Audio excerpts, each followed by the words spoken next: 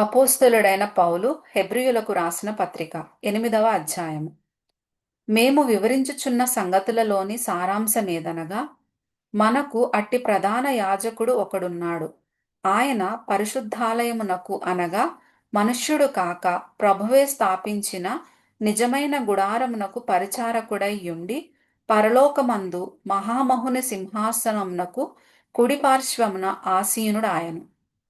ప్రతి ప్రధాన యాజకుడు అర్పణలను బలులను అర్పించుటకు నియమింపబడును.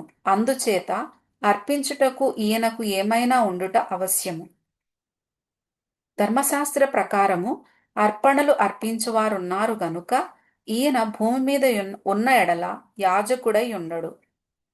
మోషే గుడారము అమర్చబోయినప్పుడు కొండ మీద నీకు చూపబడిన మాదిరి చొప్పున సమస్తమును చేయుటకు జాగ్రత్త పడుము అని దేవుని చేత హెచ్చరింపబడిన ప్రకారము ఈ యాజకులు పరలోక సంబంధమగు వస్తువుల ఛాయారూపకమైన గుడారమునందు సేవ చేయుదురు.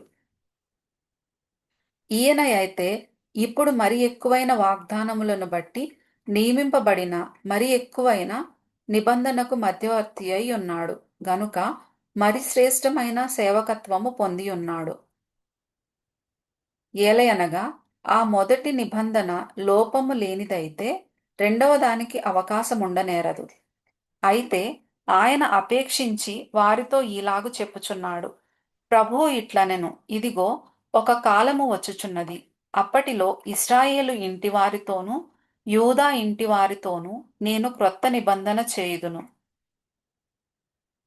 అది నేను ఐగుప్తు దేశంలో నుండి వీరి పితరులను వెలుపలికి రప్పించుటకై వారిని చేయి పట్టుకొనిన దినమున వారితో నేను చేసిన నిబంధన వంటిది కాదు.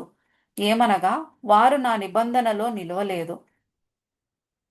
ఆ దినములైన తరువాత ఇశ్రాయేలు ఇంటివారితో నేను చేయబోవు నిబంధన ఏదనగా, వారి మనస్సులో నా ధర్మవిధులను ఉంచెదను, వారి హృదయముల మీద వాటిని వ్రాయుదును. నేను వారికి దేవుడనై యుందును, వారు నాకు ప్రజలై యుందురు.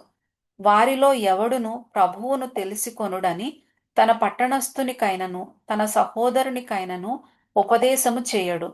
వారిలో చిన్నలు మొదలుకొని పెద్దల వరకు అందరును నన్ను తెలిసికొందురు.